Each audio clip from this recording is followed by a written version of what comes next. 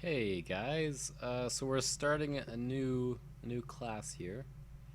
Since we got past the logic, the introduction to all that computing, and here we're going to talk about CPU architecture. If you don't know what that is, it's basically the building blocks of a CPU, how it transfers data throughout the system, stuff like that.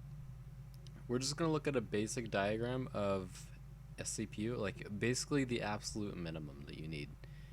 Uh, of course, this can be altered from CPU to CPU. You know, a lot of CPUs are pretty varied behind their architecture, but I'm just going to show you what I think is the absolute minimum. Okay, so we're going to go to the next slide. So this may not make sense at first, but hopefully it will at the end of this video. So I didn't talk about an accumulator, and I didn't talk about this R, which is a register. And a register is basically a device that stores information and then can be read from at any time.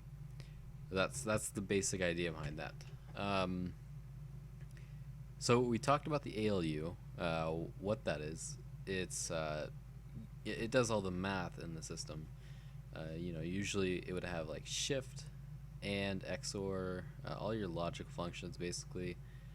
You know, if it's a more advanced CPU, you might have a floating point unit in there, but yeah, we don't really need to go into too much detail in that. So on every single one of these devices, except for this, we have what is called a control line, and usually it'll be a bunch of control lines that will do certain functions in this. So for instance, if we had a register and we wanted to say invert the output, we would send a signal to it, and it would say, okay, we need to invert this output, and we need to put it into the ALU. So that's the job behind that. The same thing for the ALU. If we wanted to invert the output, or if we wanted to do an XOR, or if we want to do an AND, all of that would go through that control line. And then up here is the accumulator, and this basically is the intermediate register between every other storage device in the system. So if you were taking a value from RAM, it would go into here, and then it would go into a register, depending on how your CPU is set up. Some CPUs don't have an accumulator, but yeah.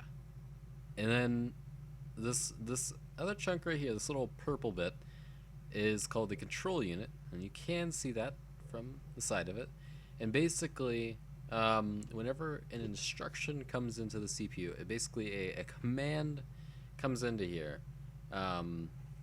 It will go through this, and then it will tell which line to pull, or which set of lines, because usually it'll be multiple lines, or it'll be in a sequence, which will do multiple lines in a row. It's a very useful part of the CPU. I'll just say that. In the next video, we're going to start talking about basically how certain parts of this work. So we're going to see how these work together, and I'm probably going to see if I can get Logism working, and we can play around with that, and we'll see how certain parts interact with the CPU. Maybe I'll get some animations, depending on how it goes. So I will see you in the next video. If you like this video, go ahead and hit that like button, and if you want to see more, I make videos like this just about every day. So go ahead and subscribe, and I will see you later.